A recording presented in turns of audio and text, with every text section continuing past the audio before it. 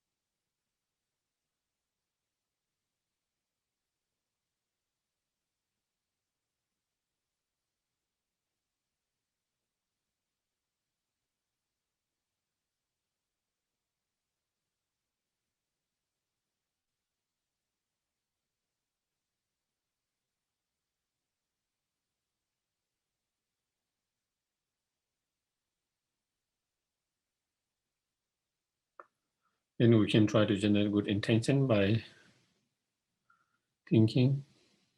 May us coming together for the talk, discussion, and reflecting on the teachings, contemplating. Due to all of this, may it become a cause and conditions us to cultivate the bodhicitta mind of wisdom, realizing the ultimate truth within our mind stream and all sentient beings' mind stream.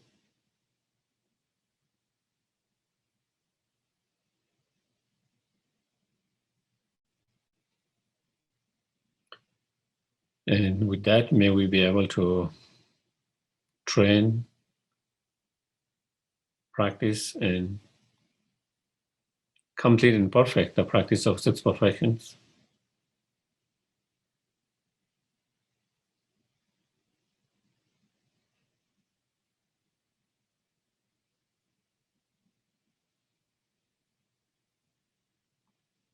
And having engaged in the practice of 6 perfections, may we be able to achieve our highest potential, fully awakened state.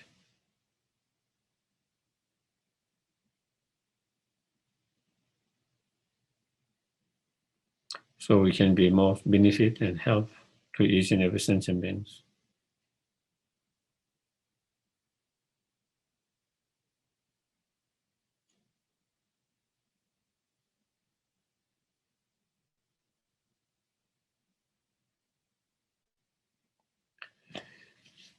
Okay.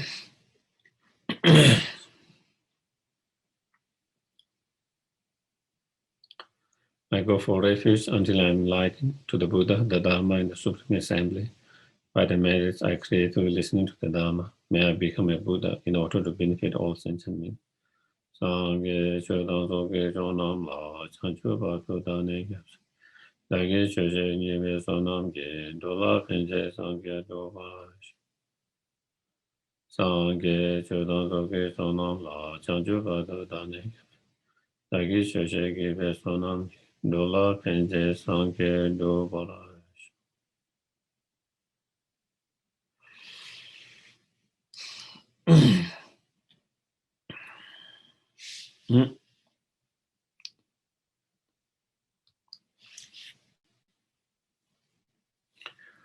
So last week we discussed about the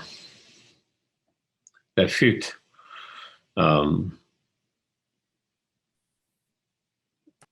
the practice of the fifth perfections or paramita, which is the paramita of meditative concentrations. And today we discuss about the perfection of paramita of the wisdom. That is the sixth. So that is the last of the 6 paramita or 6 perfections. Mm.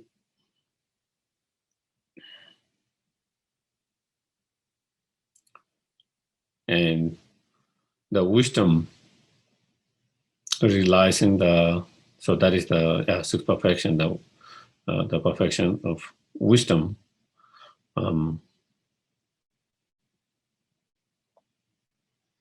Relies in the ultimate truth or ultimate reality or emptiness, and the six perfections is regarded most important of all six paramita or six perfections. At the very beginning of the chapter 9 of Shantideva's chapter 9, where he begins with, all other practice of the perfections are taught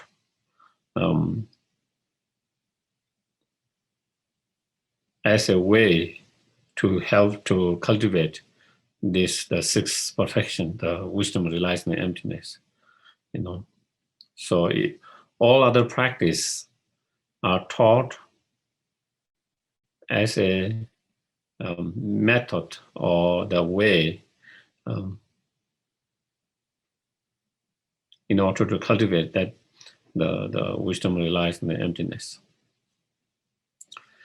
And again, I don't recollect which exact text, and even the master, I think it's Nagarjuna in one of his, even though I'm not 100% sure, but definitely from one of the earlier Indian masters, where it is explaining, the other five perfections, the practice of perfections, like a blind, and the wisdom is the someone who has the eyes and who lead the five of those blind persons to the path.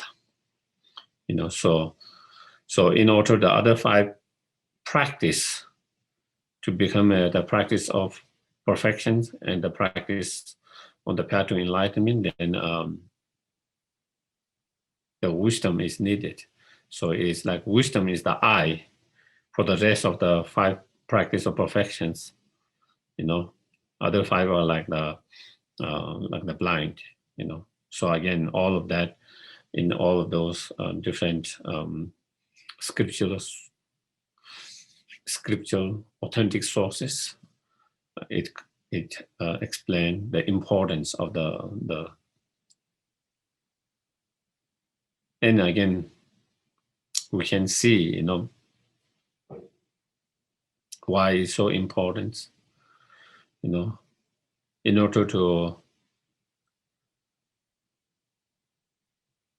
liberate ourselves and others from all the delusions, which are the root of all our suffering problems,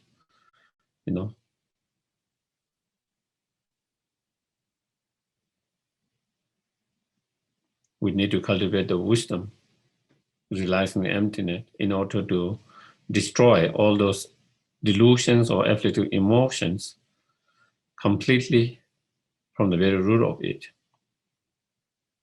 Until we cut and destroy the very root of all the delusions, then, even we apply some other method, and even we are able to reduce some of those afflictive emotions, but it will manifest later until we cut the very root of them. It's like, some tree that is bothering you, and so you cut the branch, and it only solves the problem for only temporary. Maybe with the branch, it is kind of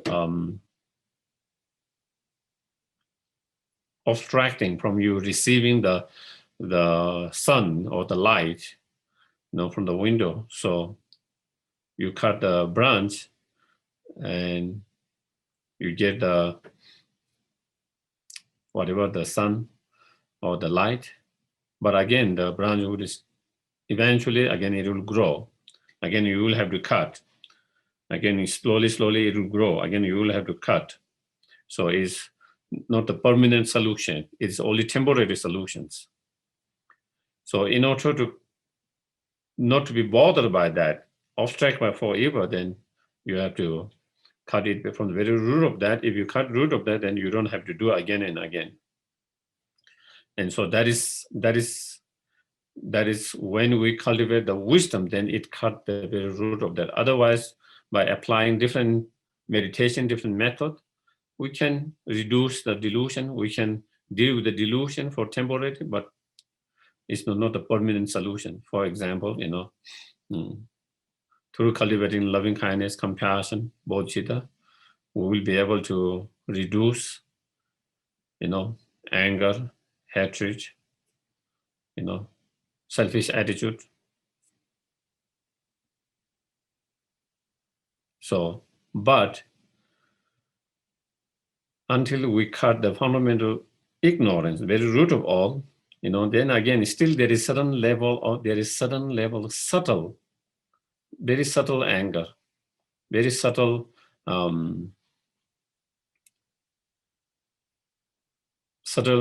subtle anger, subtle selfish attitude,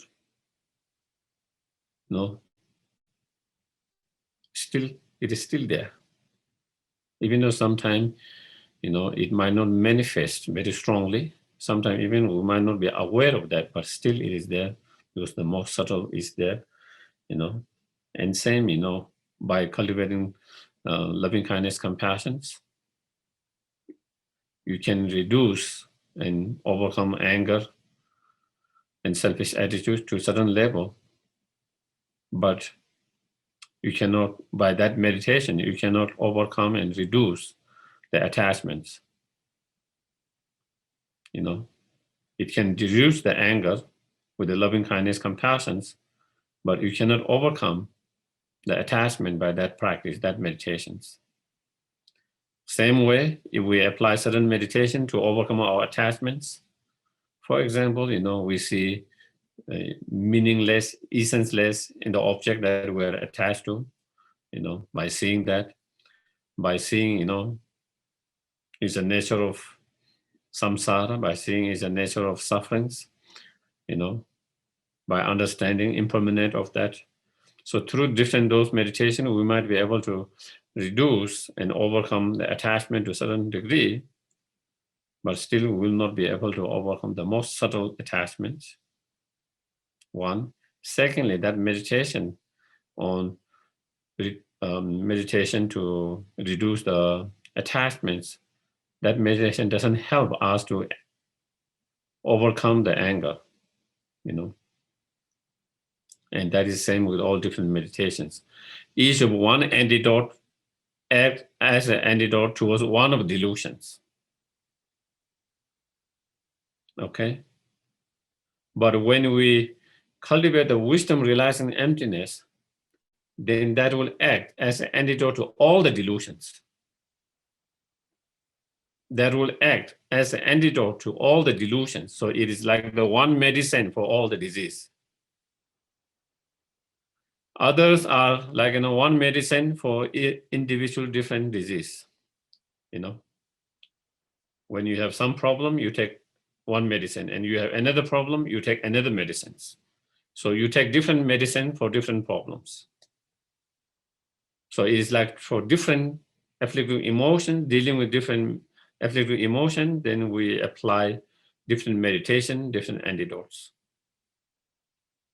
But the wisdom relies on the emptiness is like one medicine that solves all the disease. You don't have to take too many medicines, just with one meditation, that with one medicine, then that you can apply, you can take it for all the different illness. Similarly, with that wisdom, then it can, overcome all different afflictive emotion, all the delusions, because all those different afflictive emotion, delusion are very rooted in one thing: fundamental ignorance. They all are rooted in that fundamental ignorance. And that wisdom will destroy that fundamental ignorance, very root of all the delusion. When there is no more root of the delusion, then there is no more delusion arising from that root. And so therefore, you can overcome and all the delusions by applying one antidote. One antidote. That is the wisdom relaxed in the ultimate truth. And so that is also why the wisdom is so, among the six perfections, the practice of six perfections, the wisdom is the main and the key.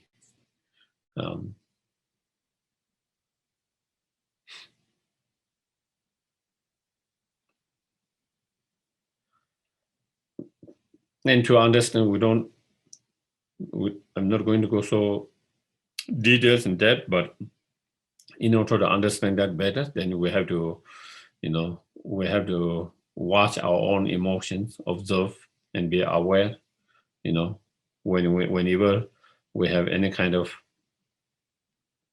destructive emotions, negative destructive emotion, whether it's anger, whether it's strong desire or attachment, whether it's jealousy, whether it's a kind of greediness, whether it's a sense of, arrogant, whatever those different level of afflictive emotion, different kind of afflictive emotion, whenever they arise strongly, we have to watch where does that strong attachment arises. Where does that anger arises? Where does that anger come from? We have to watch, observe ourselves. Where does that anger is coming from? Why am I angry? Not just from because someone did this or that, but from within, within our mind. Is there something that within our mind, is there something internally that give rise to that anger, that give rise to that strong attachments, that give rise to that strong jealousy, sense of arrogance, all of that? Finding where it arises from, understanding that, as well as how does those those afflictive emotions affect us emotionally, mentally, physically. When you have strong anger, how does it affect you? How does your mind get affected?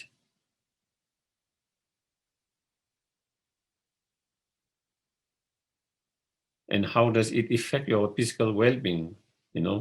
How do you feel physically when you have that strong anger, hatred? Same way, when you have strong attachments, jealousy, pride, all of that, how does it affect? What is the result of such emotions? How does that give rise to many others' feelings, emotions on emotional or mental level? How does physically you feel when you are in those strong state of those different emotions? How do you feel physically? Do you feel physically good or do you feel physically not so good? How does it affect us emotionally? And so understanding the effect of those negative emotions, understanding the cause of those negative emotions. Of course, at the very beginning, we learn from the scriptures. Of course, at the very beginning, we learn from the scriptures that has been shared by those masters who have written with their own experiences. But eventually, we have to verify by our own experience, by our own observations, by our own observation, by our own investigations, by our own awareness, And that is the exercise, that is the meditation we do. Simply watching, being aware. When we have those emotions, those different kind of afflictive emotions, how does it affect us emotionally, mentally, watching and being aware? And where does that negative emotion come from? That negative emotion arises from,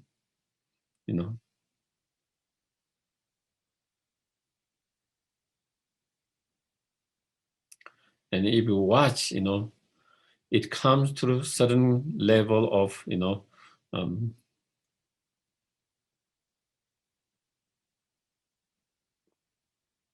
exaggeration and perception thoughts.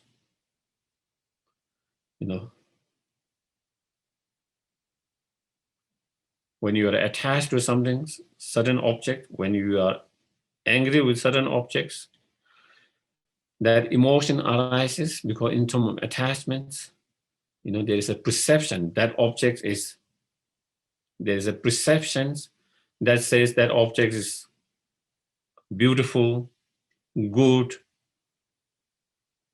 nice, it will be helpful, whatever those different perceptions we have about that. This is nice, this is good, this is beneficial, this is what I need, this will fix my problem, this will end my, make me more happier, more easier my life. So there is that kind of perceptions. And when you have that kind of perceptions, on the basis of that, then that emotions of wanting, so therefore I want that object. Attachment one. Attachment arises. Oh, I need that object. I want that object. I must have that object based on your perceptions. And if it is an object of anger, then again we have perception or that object, is not beneficial, is harmful, is not nice, is not good, is not pleasant, it is not beautiful, attractive, it's ugly. So whatever different perception we have, negative perception we have of that. The moment you have that, then again, the negative emotions of aversions towards that objects arises. Through that aversion toward that object, then anger, hatred arises. Watch it out. Watch it out. And how, we not only we have the certain perception about that object, good, bad, beautiful, not beautiful, helpful, not helpful, beneficial, harmful, whatever different perceptions. On top of that, then our mind exaggerate into the objects. If there's little bit of goodness or beautiness, our before attachments, then our mind exaggerate, is more beautiful and more better than what it is. And the more you exaggerate that, the more stronger attachment you have, the stronger desire you have. On the other hand, there's appearance and perception about that object being not good, bad, not beautiful, whatever. And then again, our mind exaggerates more ugliness than what is there, more unpleasantness than what is there. More negative qualities into the object than what is there. And the more we exaggerate in that more negative quality into the object, the more stronger our aversions, the more stronger our anger is.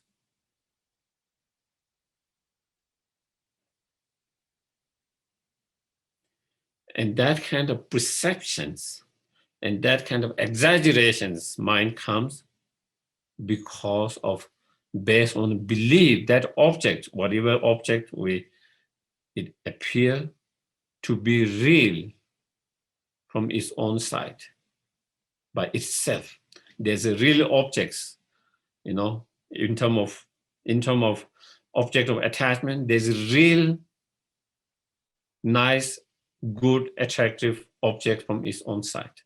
If it's an object of anger, there's a real negative, bad object from its own side. So it all comes based on that, believing that object exists by itself as it is. If it's a bad, it's bad.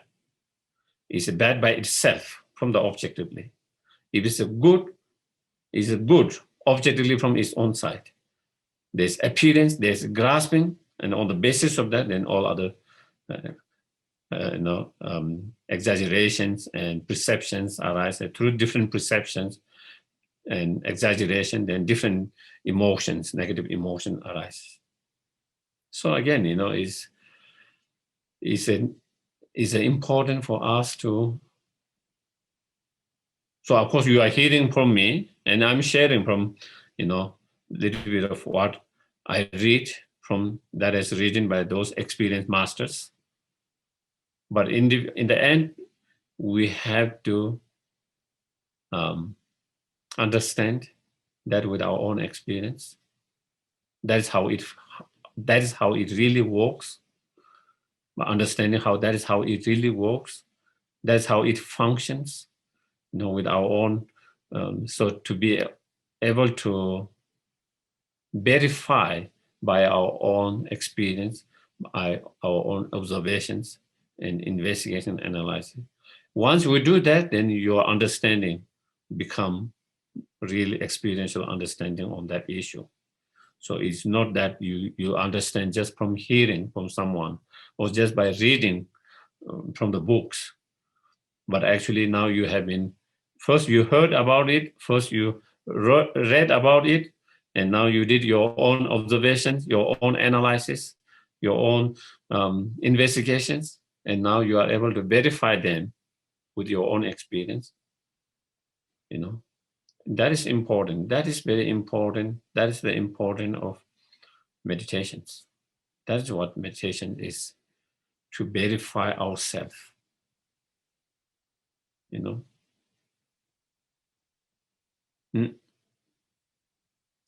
And so that is, so once you understand that, then you will understand why.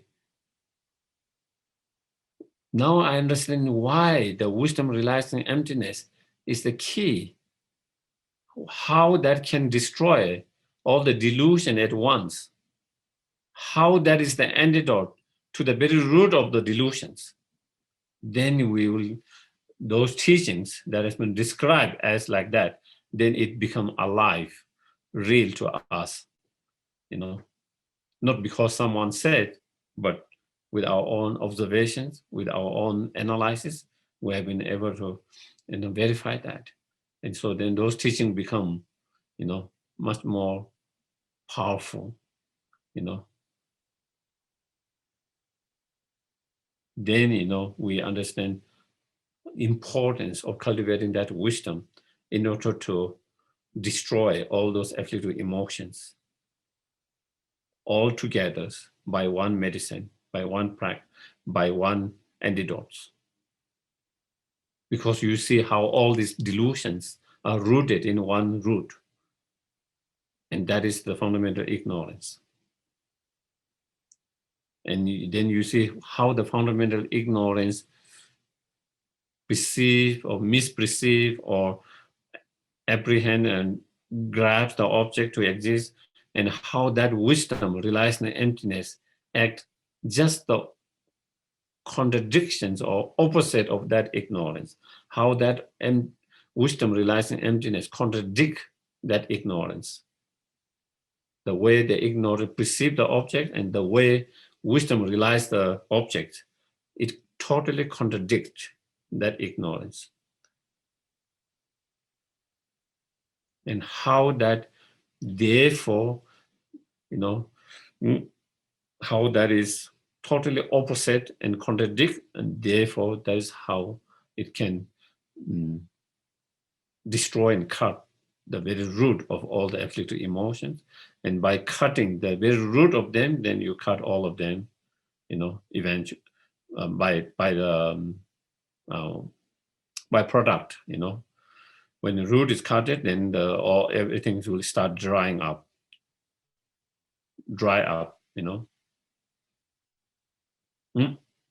So that is the little bit on why we need to cultivate the wisdom.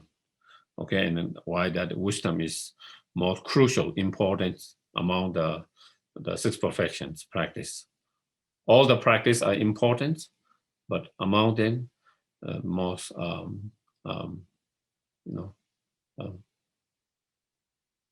And that is also the right view, or the emptiness, or the object of the wisdom, which is the wisdom realizing emptiness.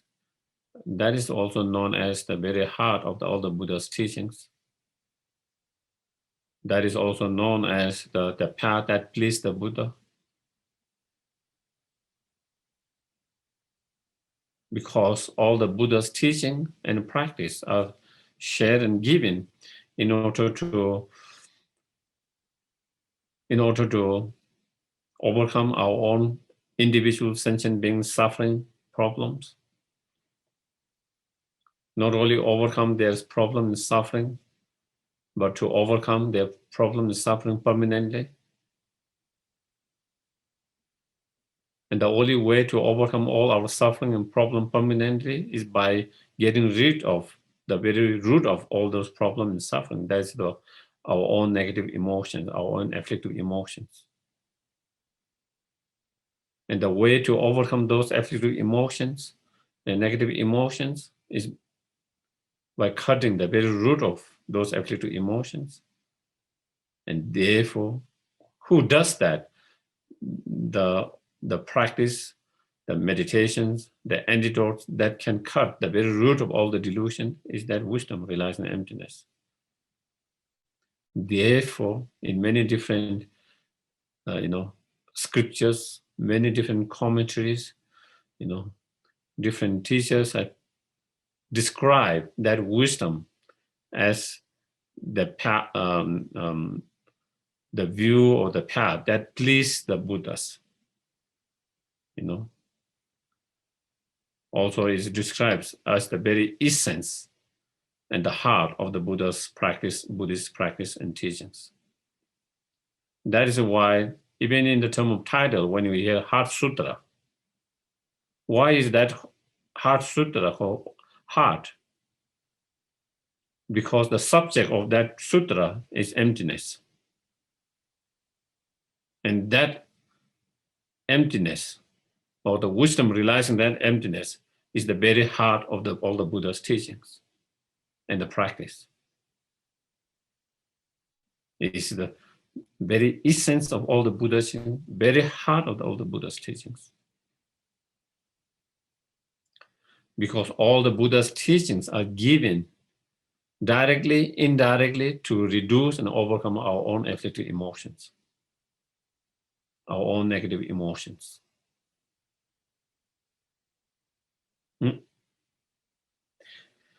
So yeah, I think so. In terms of because we have been following these particular, verses in relation to those teachings. So from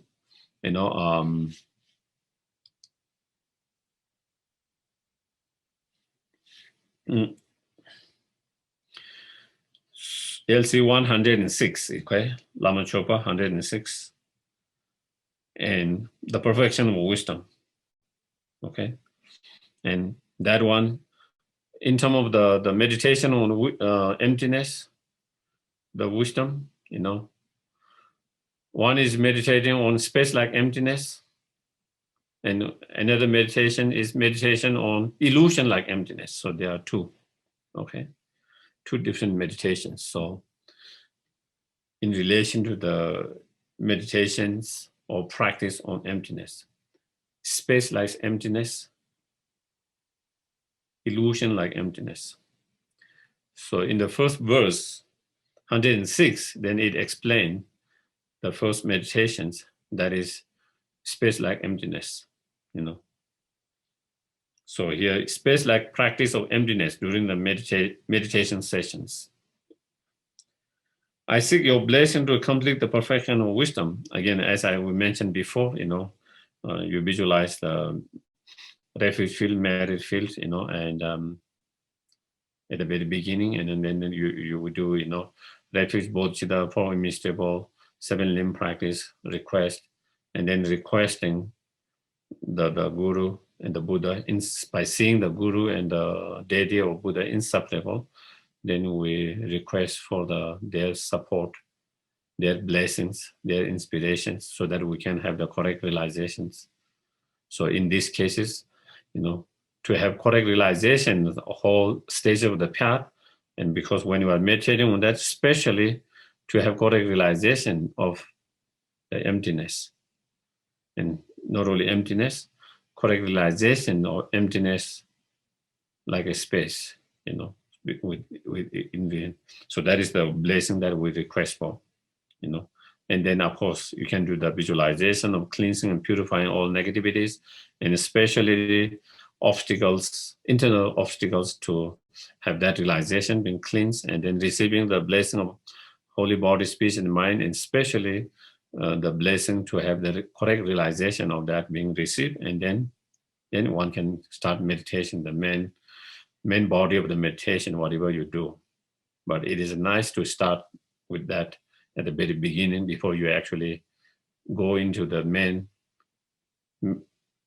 meditation on the main topic, whatever you are meditating on. So that is why it starts with, I seek your blessing to complete the perfection of wisdom.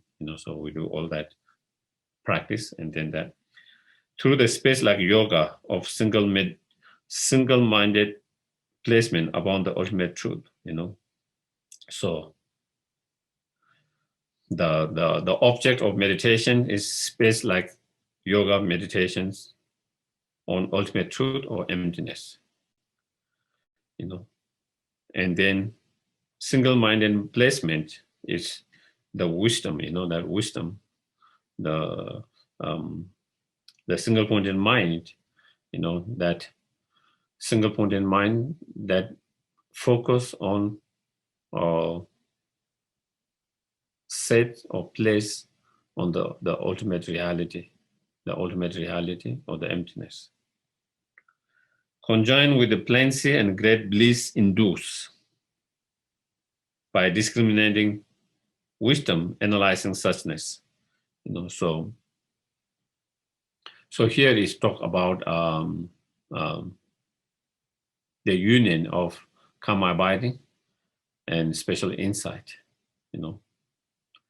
So karma abiding with in terms of the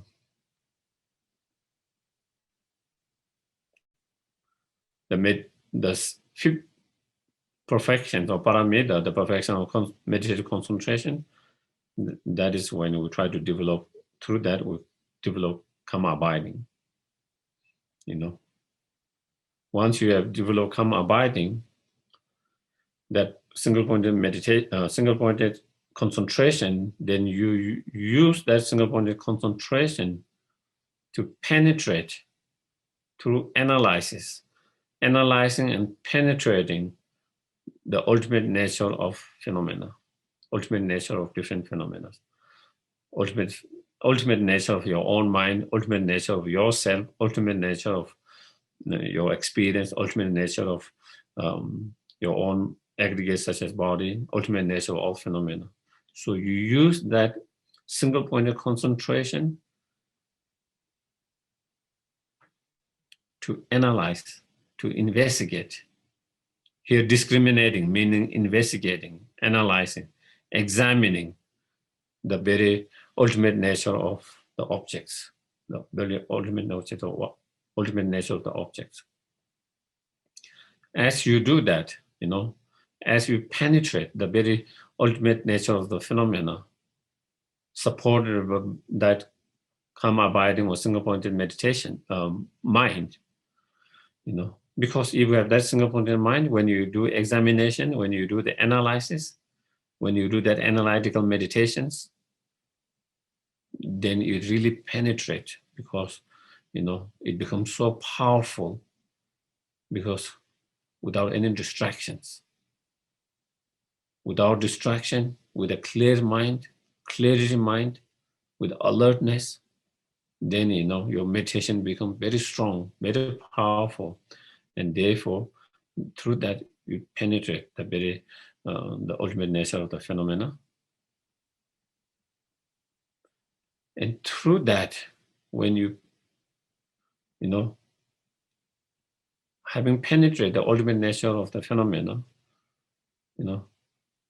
And when you realize that, through that analysis and penetrating with that analysis, then,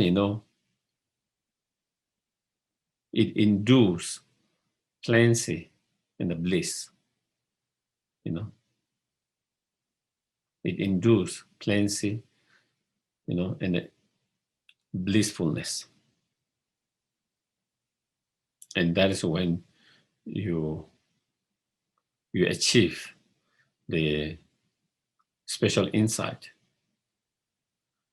And you have already achieved karma abiding before, and then when you now achieve with the support of the karma abiding, you achieve the special insight, the wisdom realizing the ultimate truth or reality, then you have achieved the union of karma abiding and special insight.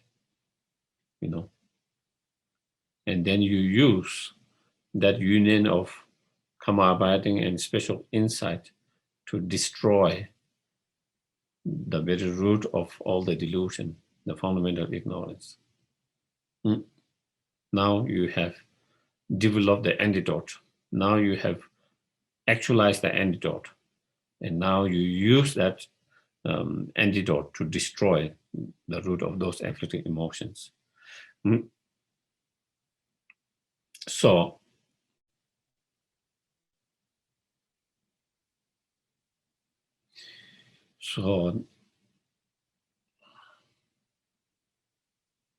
yeah.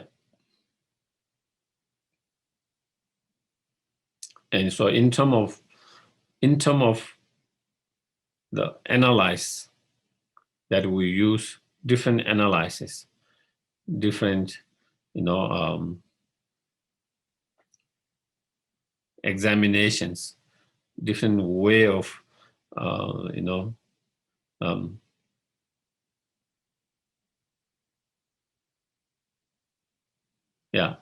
different way of analyzing and different way of examining the ultimate nature of phenomena. So there are many different way of doing that. Many different, meditation, many different analysis. Again, I'm not going to go in details. You find in the lamrims, and especially you find in the writing of the earlier Indian masters, different analysis you find within the different writing or different teachers, masters. And sometimes within one master's writing, you find many different analyses as well. In Nagarjuna's writing, you will find many different way of analyzing, many different way of investigating to understand and penetrate the very ultimate nature of the phenomena. There are many different reasoning, different logics, different way of analyzing. So whatever different reasoning, different logics, different way of investigating, analyzing, whatever you use them, at the end, all lead to the same conclusions. All lead to the same conclusions that nothing exists inherently or independently as it appears to our mind at the moment.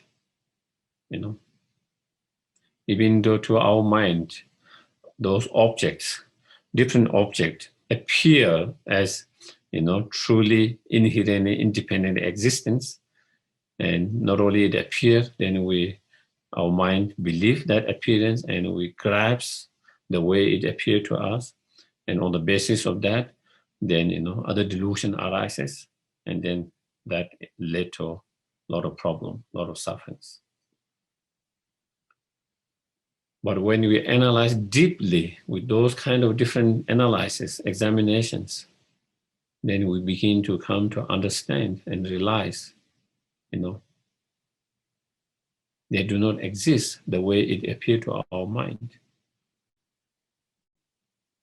Even though it appears by existing by itself, nothing exists by itself. Nothing exists independently by itself. Nothing exists truly by itself. inherently by itself. So all those different analyze, different meditation, whatever you different meditation, it all lead to the same understanding, same conclusions.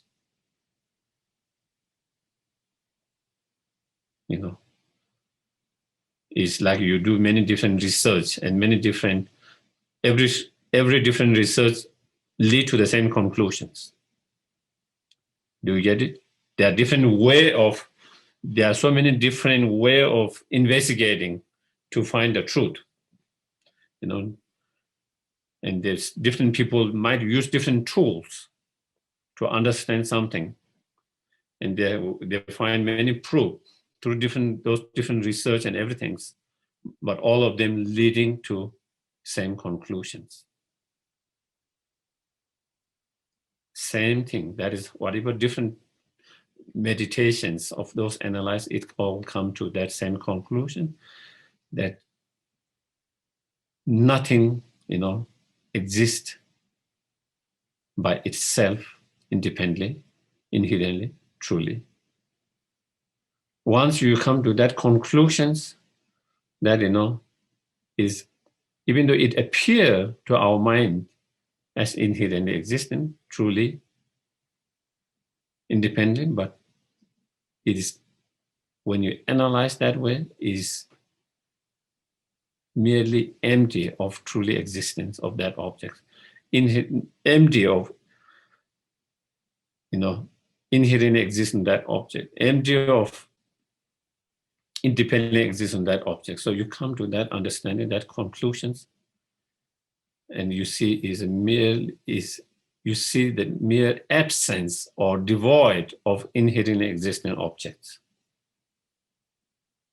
You come to, through that kind of penetrating, analyzed meditation, you come to conclusions, to the point where it is merely absent. The object is devoid of or absence of truly inherently independent existence.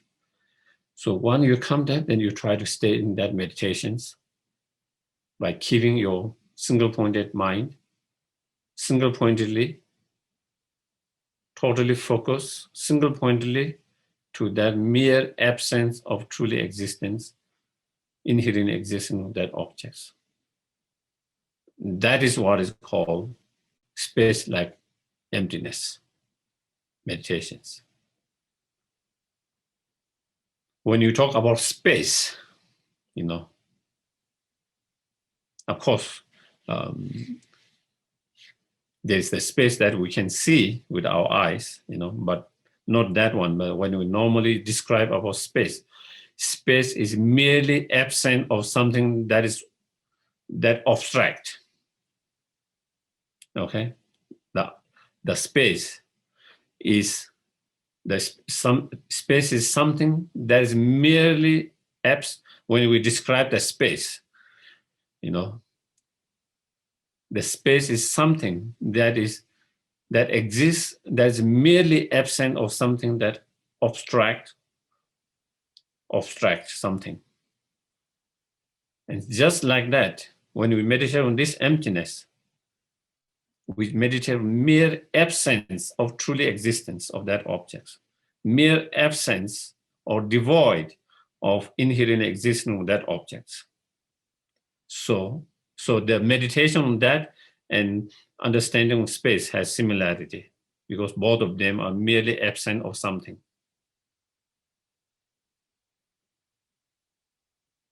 It's a negations, negations. Both of them are negations. The space is negate. And so that is why it is called space like emptiness. So one try to meditate on that space like emptiness. That's how we do, when we try to meditate on that, the yoga of space like emptiness. So you can try to keep your mind with single-pointedly on that space when it is merely absent of inherently or truly existing objects.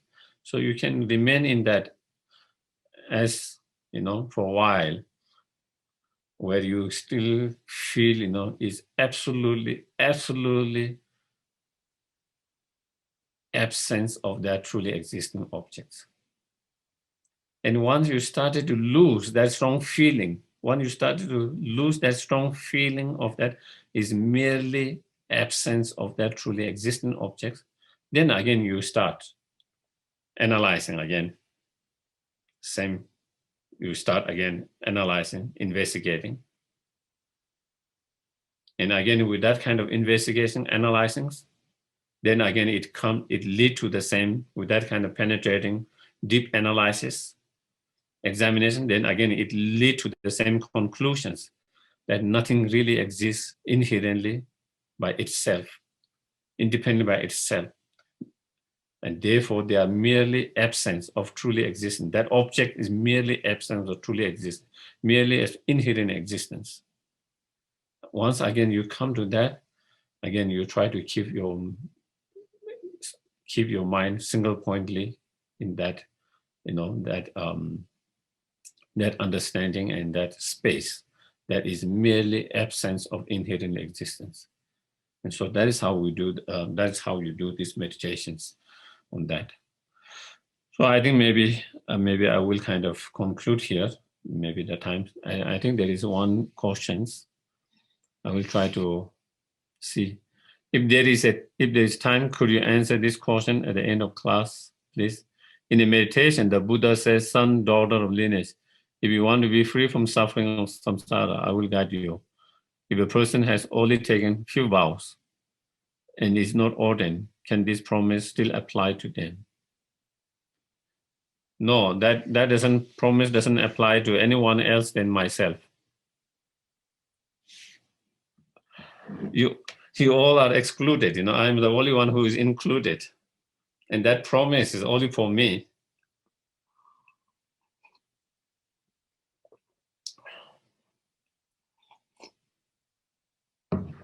What to do?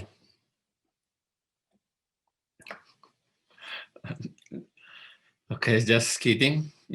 Definitely you don't have to be ordained. To practice the Dharma, you don't have to be ordained. Many practitioners have reached enlightenment as a family without being ordained, as a lay practitioner, and also to keep those promises, also you don't have to, not necessarily, even you have to keep the vows or having taken the vows. Of course, when you take the vows, it helps in our practice. There's no doubt about that. The vows help in our practice. But, even you have not taken formal vows, if you practice purely, then of course, those promises will be, those you will receive the blessings and the support, when you practice sincerely from your own side, whether you are lay practitioner or ordained, whether you have taken the vows or not, But in generally, for a beginner, those vows are tools that help us to practice better, that help us to be able to practice better. And so, but, not having taken the vows or taking very few vows doesn't exclude you from receiving the blessings and support and help from the enlightened beings, So, yeah. And so any others, so does anyone any questions that you can, if you have, you can unmute yourself, ask, or you can send on chat, whichever you feel more comfortable. Geshe, Heather has a question. Yes, please. Thank you, Barry. Hi, Geshe. Yes. So I find that when I am meditating on emptiness, the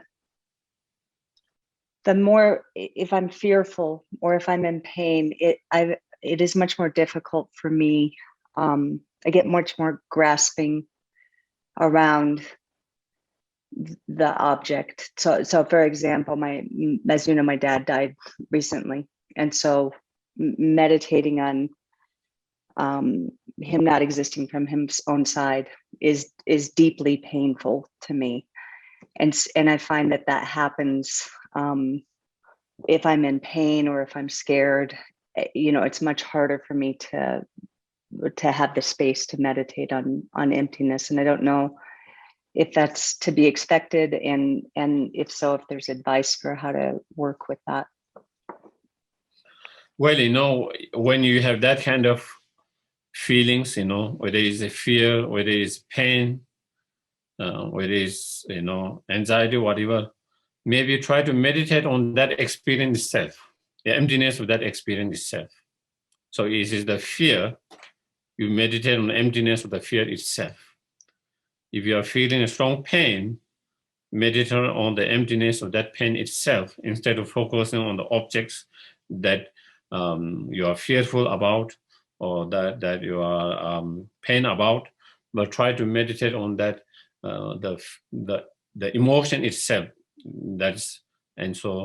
And then see how it goes. And so, yeah, so that will be my kind of my advice at this point, to meditate on that itself, the emotion itself, the emptiness of emotion itself. Just trying to. That's wonderful. Thank you. Just trying to search for what is the fear, where is the fear, what is the pain, where is the pain. So doing the similar analysis, but instead of self or the object, but you try to do that, the emotion, the feeling itself. Okay. Any others? Geshe, I'm just wondering Yes. about applying the antidotes to a delusion like anger. Is it appropriate to apply the antidote in the heat of the moment when you're really angry, and then take it to the cushion and do it in an even more deeper analysis? Yeah, if you can do that, it's better. You know, definitely, you know, when you are angry, you can try to do the meditation on emptiness, you know, see. You can try to do that meditations on emptiness of the objects to whom you are angry. You can do meditation on the emptiness of yourself who is angry. And you can do meditation on the feeling or the emotion, the anger itself, you know. And so, and then, of course, if you can do on the spot when you are angry, you know, that would be great, you know, maybe. And sometimes, you know, sometimes it not be able to reduce the anger immediately, you know, if your anger is too strong and you cannot concentrate, even you are trying to meditate on emptiness, your mind is unable to concentrate. Your mind is not, because your emotions of anger is too strong. So that doesn't allow you to be able to really concentrate strongly. And so if you cannot concentrate and your meditation is not powerful, then it might not become as effective as it should be. But still, you try to apply that in that moment. And then when your mind is a little bit more calm, a little bit more peace, then you know, you can do it, whether it's in a cushion or whether you go in another quiet places, wherever in the nature or whatever, you take more time to go more deeper and more time and more deeper, more details. And so definitely that can be helpful. Yeah. Okay. So if there's no question, then we can do the dedications. Geshe, I have a quick question, I think. Yes, please. Could you recommend a book on emptiness for someone who's like very simple-minded, to kind of outline how to get started with meditating? I think Emptiness for the dumbers or yes. I don't know. They might have. I'm not sure, you know, because there is that kind of books on everything on that. I guess maybe there might be on emptiness as well. I'm not sure. But I'm one of the problem for me to recommend books for people and students.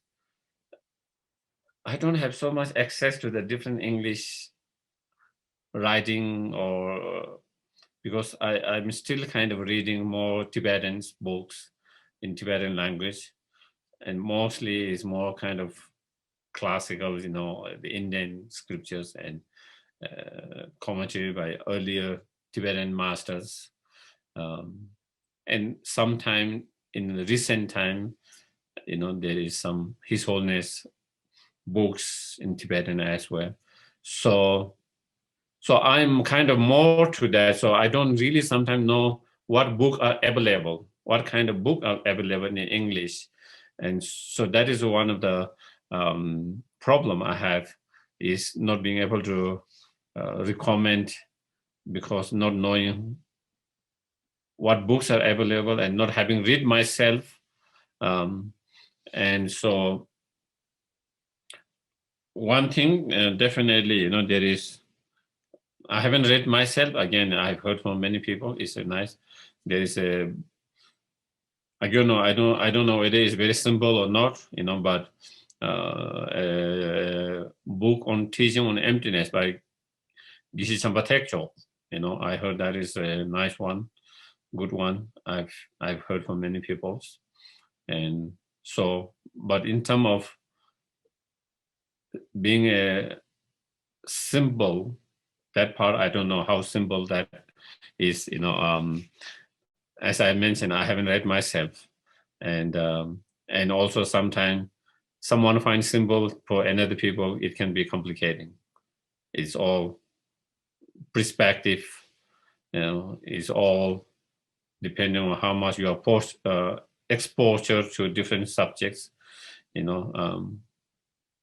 because something you feel very simple, but for some people is very complicating, and something you feel is complicating, for some people they find very simple as well. So, but I guess maybe some other students here might have some ideas where they can recommend any book writing on emptiness that is more easier, simplified, and easy meditation and so forth. Thank you. Okay. Yeah, and someone is reading, perhaps I could send even the DB emptiness book list. Maybe that might be helpful. I don't know. So you can see maybe. So yeah, that is all I can say at the moment. Maybe Dumbers, maybe I should write Dumbers emptiness. And for Dumbers people, reading by the Dumbers person. And that would be nice, Also, person who is writing is the dumb. So then that will make much more easier than someone who very intellectually writing for a dumb. It might be too complicating, It should be written by dumb. So maybe I should be the one who should be writing it.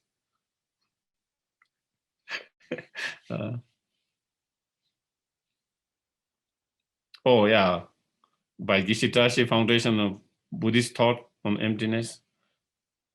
Definitely, again, as I said, I have not written the book myself, but definitely, Geshe Thubten is very well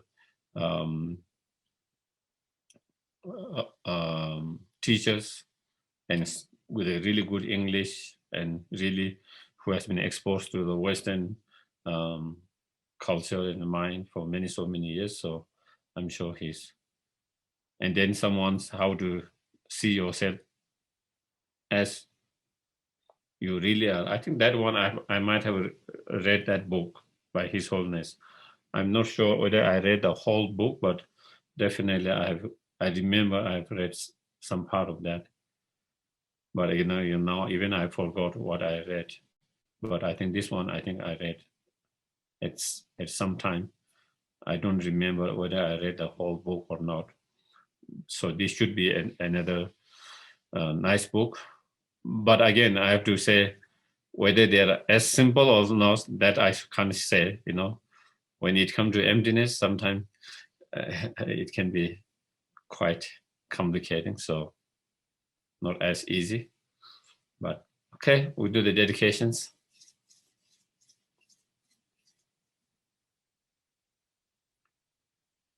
May all beings everywhere plagued by the suffering of body and mind obtain an ocean of happiness and joy by virtues of my merit. May no living creature suffer, commit evil, even fall ill. May no one be afraid or belittled with the mind weighed down by depressions. May the blind see forms and the deaf hear sound. May those whose bodies are worn with toil be restored, finding repose. May the naked find clothing, hungry find food. May the thirsty find water and delicious drink. May the poor find wealth, those who weep with sorrow find joy. May the forlorn find hope, constant happiness and prosperity. May there be timely rains and bountiful harvest. May all medicine be effective and wholesome prayer bear fruit. May all who are sick and ill quickly be free from their ailments. Whatever disease there are in the world, may they never occur again. May the frightening cease to be afraid, and those bound be freed. May the powerless find power, and many people think of benefiting each other. For as long as space remains, for as long as sentient beings remain, until then may I too remain to dispel the miseries of the world. Thank you very much, everyone. Thank you.